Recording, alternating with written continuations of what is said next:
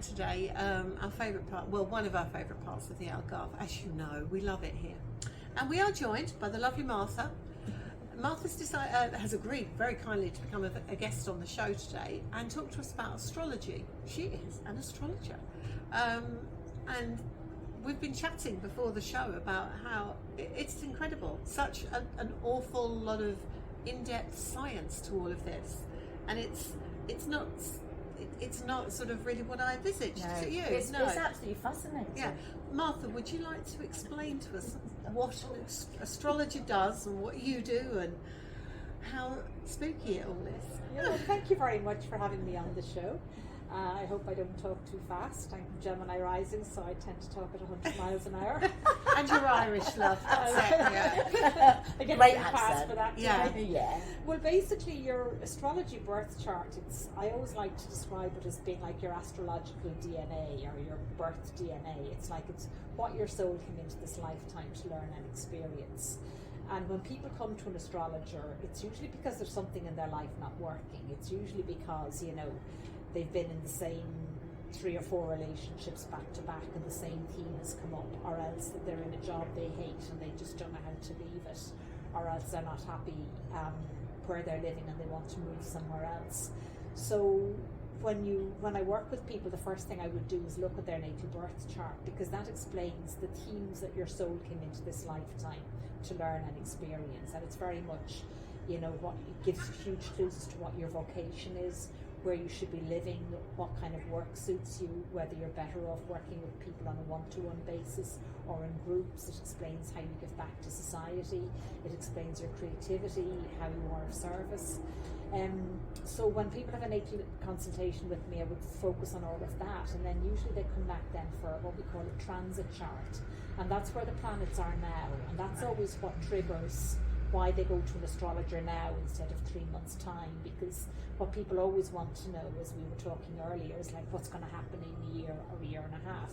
But you always have to go back and see what were the themes, what were the childhood themes, what were the themes as a teenager, what were the themes in your 20s, because those astrological themes will repeat, every couple of years.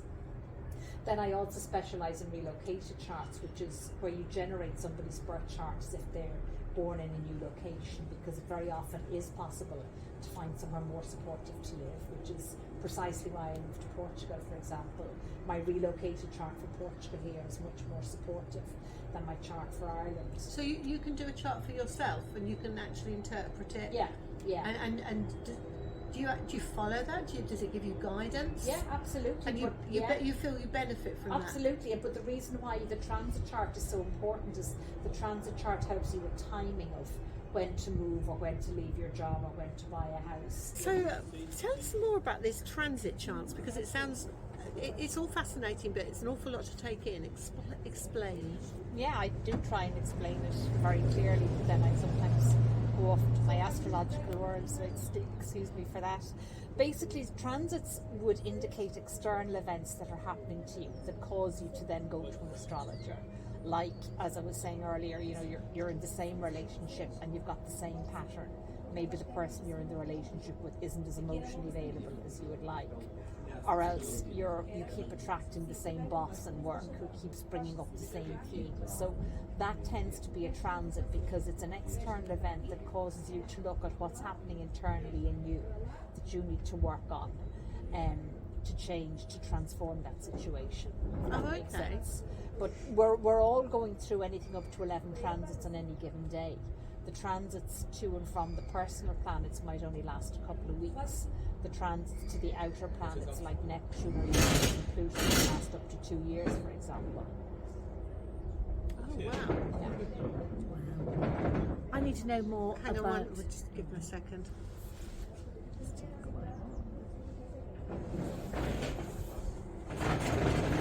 No, of course not. Just give it a minute. No. She's only getting started. Just finish this one, And then and we'll move on somewhere else. because Leslie needs a wee. Go on then. Ready?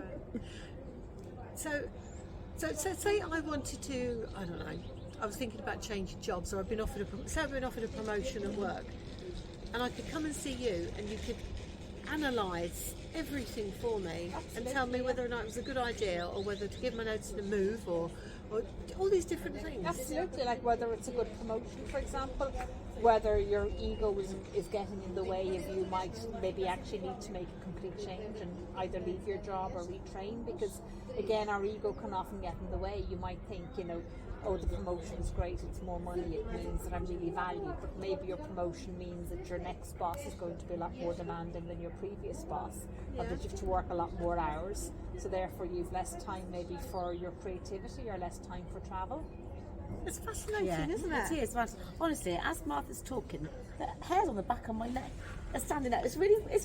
So I got all goose pimply. Would you actually love to go and would you like to go and explore this further and Yes, see, well, see more because the about thing this? is, I'm not getting on very well with my life. It's just like leading it normally. Oh, so, we can't talk about that yet because it's not quite. No. so I think Look, I do need you as will much get an help as I can update. get. They will get an update, won't they? Eventually. Yeah. Yes, Anyway, yeah, so Martha, she needs you. She needs you. But what I want to know is more about how you came to be in Portugal, Martha, because that Yeah, was what- obviously what- you were yeah. guided by. Yeah, well, it was through relocated astrology, which is where, as I said, you regenerate your natal birth chart as if you've been born somewhere else. And I first came to Portugal, it's probably about 16 years ago now, with my ex-husband and my late daughter and her friend. And there was a real sense of walking on a beach somewhere, I can't remember what beach it was, and there was a real sense of, yeah, I could live here. Yeah. And here I am now. As opposed to I've been here before. It No, wasn't it was a real that. sense of I could live here. Yeah, I So could it's- really it's- live here. I it's- remember thinking it's a shame I don't speak Portuguese. It's a shame I'm married. I'm not married anymore. But it's not like it's much more of an exact science as opposed Absolutely, to yeah.